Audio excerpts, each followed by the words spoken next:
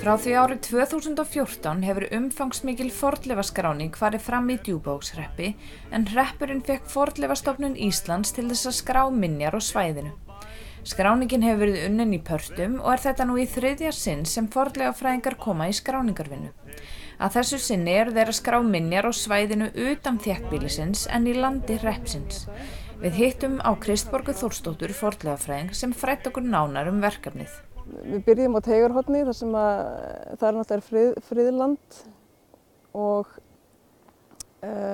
sem hluti af svona skipulagi þar þá þurfti að láta skrá fornleifar. Þannig við fórum í það 2014 og svo komum við aftur 2016 þegar var verið að undirbúa tillögu að verndarsvæði byggð á Djúpavogi og þá vorum við að skrá fornleifar á gamla miðbæjarsvæðinu og en líka í öllu þéttbýlinu. Þar hefur sveitarfélagið áttar sig á því að það er hagur þeirra að láta skrá minjar í þéttbýlinu og í bara öllu því landi sem hreppurinn á í kringum þéttbýlið. Og svo núna erum við að klára það verkefni. Núna erum við að klára að skrá svæðið utan þéttbýlisins en í landi hreppsins. En hvað er fornleifaskráning? Já, fornleifaskráning er það þegar fornleifafræðingar fara landið og skrá minjar búsetu frá landnámi og fram til nútíma eða allar minjar sem eru 100 ára eldri teljast til fornleifa. Og þá er fyrst unnin heimildavinna þar sem er farið í grunnheimildir eins og túnakort og örnefnaskrár er svona þetta tvennt helsta. Og svo hittum við heimildamenn á staðnum og fáum hjálp frá þeim og frekari vitneskju fornminjar á hverjum svæði eða hverju jörð.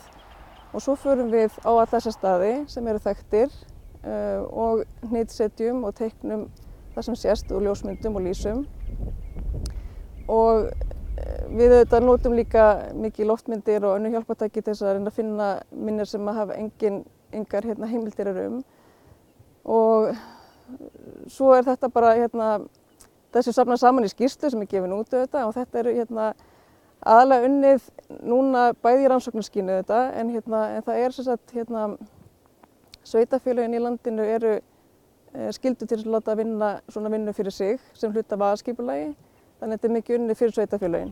Kristborg segir að skráningin hafi farið fram víða en þó sé enn stór hluti landsins óskráður sem á kannski helst rekja til efnahags og forgangsröðunar sveitarfélaga og víða sé því pottur brotinn. En hvaða gildi hefur skráningin fyrir sveitarfélög? Þetta hefur náttúrulega mjög mikið gildi. Ég tala auðvitað fyrir sem fornleifafræðingur það að auðvitað hefur þetta gildi fyrir bara alla landsmenn, alla þjóðina því þetta er menningarverðmæti sem að þjóðin á og þarf að skrá og varðveita eins og hægt er. En fyrir sveitarfélagið að þá er þetta mjög, fyrsta lagi svona skipulagslega séð er þetta mjög mikið hagræði. Þá er búið að fara og skrá svona obbann af því sem við vitað Þannig að ef það á að fara í að vinna skipulag eða fara í framkvæmdir þá er þessi grunnvinna til sem að bara spara mjög mikla vinnu og tíma. Og en þá kannski þarf að fara og taka út litla reiti nákvæmlega til þess að vera vissum að sé ekkert á svæðinu.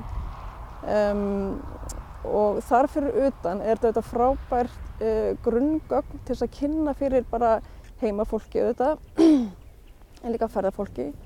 Nú er þetta búið til bara frábæra gönguleið allt þetta svæði til þess að tvinna inn allar upplýsingar menningarminjar sem eru í þessu frábæra landslagi, út í eyjum sem eru orðnar landfastar og gamla bæinn sem er í skóginum og allt mögulegt. Þannig að þetta og það er að tengja saman þessi svæði, Teigarhorn og yfir í Hálsþorpið og þannig að það eru mjög stórt svæði sem hægt er að nýta til kynningar fyrir aðkomumenn og heimamenn.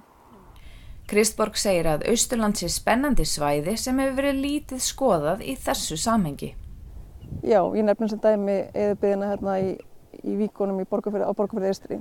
Þar er frábært svæði sem þarf að rannsaka og er svæði sem er náttúrulega við sjóinn mikið og það brotnar náttúrulega af þarna þó þessi ekki eins mikið landbrot þar eins og við annars staðar á landinu að þá þarf að fara í sjávarbyggðir og skrá þar áður en að það bara fyrir allt út á sjó. Já, mitt.